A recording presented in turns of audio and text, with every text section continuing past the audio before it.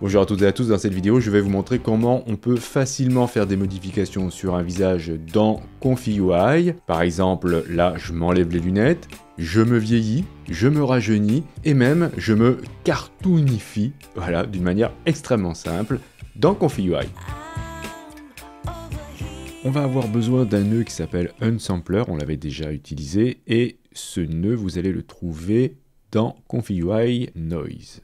Je vous mettrai le lien dans la description si vous souhaitez, parce qu'il y a des gens qui m'ont dit qu'ils ne l'avaient pas trouvé, et vous vous rendrez sur cette page, et je pense que vous pourrez faire une installation à partir de ça. Ou bien, dans Config UI, vous allez dans Manager, et vous irez cliquer sur Install Custom Nodes, et vous ferez une recherche ici, vous tapez Noise, vous irez trouver ici Config UI Noise. Vous l'installez, vous relancez Config UI. Voilà. Bien, alors là, je vais repartir avec un workflow très simple pour SDXL 1, la base. Je vais aller chercher un K-Sampler Advanced. Ensuite, on va aller chercher le modèle Checkpoint Loader Simple. Hop là, on va aller chercher SDXL de base. On va ensuite avoir besoin d'un clip text encode.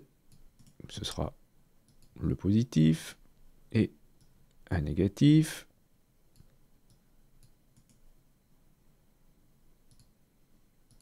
Pour l'instant, je ne les remplis pas, on verra tout à l'heure. Et on va double-cliquer, saisir Unsampler. Voilà, et on va chercher BNK Unsampler.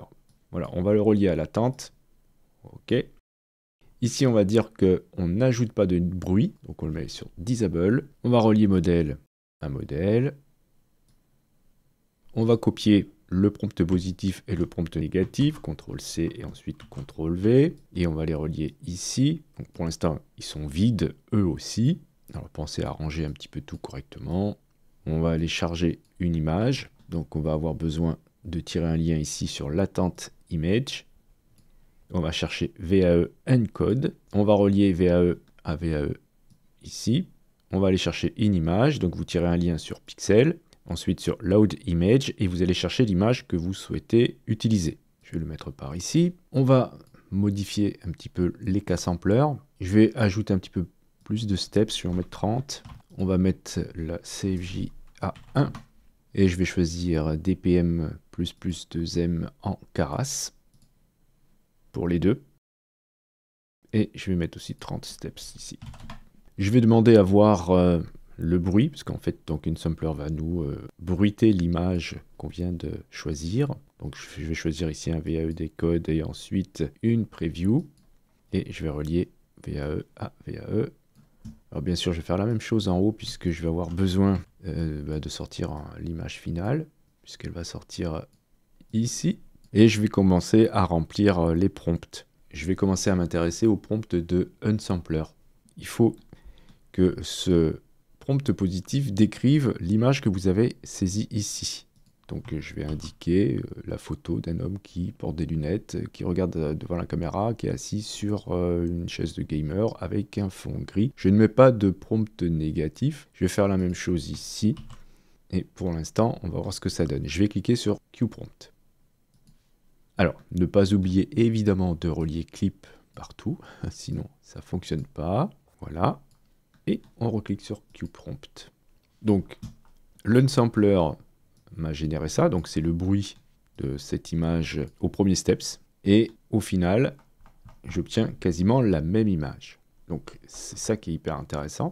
Ça veut dire qu'à partir de ce bruit-là et de la description, eh bien, il a régénéré l'image. Ça, c'est complètement ouf. On peut maintenant s'amuser à faire des choses intéressantes. Par exemple, si j'indique que je ne porte pas de lunettes, donc je vais l'enlever, ça. Je vais le couper. Et je vais le mettre dans le prompt négatif. Donc je ne veux pas de lunettes.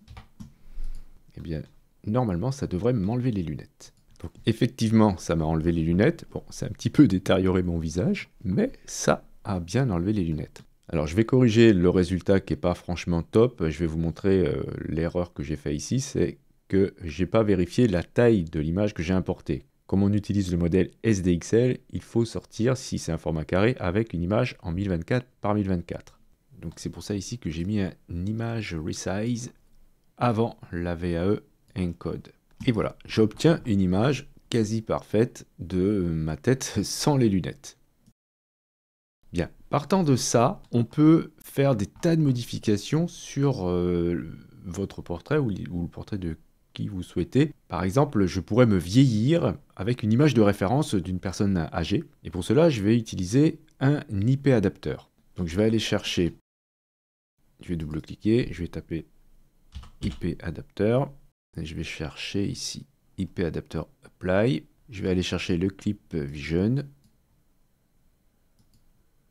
Donc vu que je suis ici avec SDXL, je vais choisir le clip vision pour SDXL. Donc, si vous ne savez pas ce que c'est que IP adapteur, je vous invite à regarder cette vidéo. Ensuite, je vais aller chercher l'IP adapteur en question. Donc IP adapteur model loader, je vais prendre le IP adapteur SDXL de base. Je vais ensuite relier le modèle au modèle et je vais relier ici modèle à modèle. Ensuite, je vais aller chercher un nœud pour préparer l'image. Double-clic, je vais taper prep et je vais chercher prep image for clip vision. Je vais relier image à image et je vais aller choisir à charger une image de référence qui est celle-ci. Donc c'est une image que j'ai générée avec Midjourney. Je vais mettre un petit peu de bruit et je ne vais pas le mettre trop fort.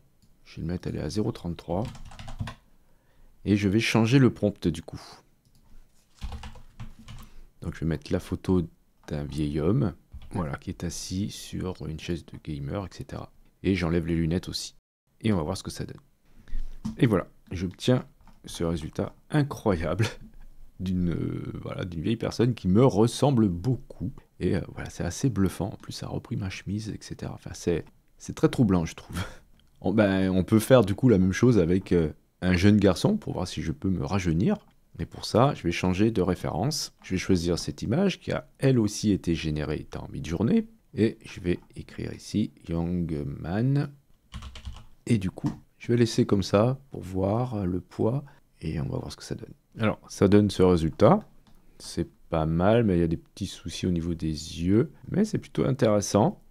Alors, on peut faire ça, on peut demander à ce que ce soit pas trop fort et on peut jouer avec le start et le end. Par exemple, ici, je vais demander à ce que ça commence à 0.250. Et je vais augmenter légèrement le poids. Et voilà, ça donne ce résultat. Donc voilà, c'est moi, en plus jeune. Alors évidemment, on peut aller encore plus loin. Si je souhaite me cartooniser, je peux aller chercher comme référence une image comme ça, par exemple. Celle-ci a été générée avec Midjourney, mais le modèle Niji 6. Dans ce cas, je vais devoir à nouveau changer le prompt. Donc je vais dire que c'est une illustration de type cartoon. Et je vais mettre ici photo, par exemple. Je veux, dans le prompt négatif, voilà, je veux pas que ce soit une photo. Là, je vais beaucoup baisser le poids de l'image de référence, car j'ai noté que ça prenait trop d'importance, donc je vais le mettre juste à 0,10 et je vais lui demander à ce qu'elle commence à 0. Et par contre, je vais mettre ici les CFJ à 2 pour que le prompt soit plus pris en compte. Et voilà ce que ça donne. Ça me donne donc mon portrait sans lunettes avec un style illustration. Donc voilà une application intéressante de ce nœud Unsampler qui permet de bien mixer les images entre elles et de les modifier d'une manière assez puissante. Je vous remercie d'avoir suivi cette vidéo. Si vous avez des questions, n'hésitez pas à le faire dans les commentaires. Si vous souhaitez soutenir cette chaîne, vous pouvez cliquer sur j'aime, c'est hyper important pour le référencement. Si le contenu vous plaît et que vous souhaitez vous abonner, n'hésitez pas à cliquer sur abonnez-vous. N'oubliez pas la petite clochette pour être averti des prochains tutos. Justement, on se dit à la prochaine pour un autre tuto.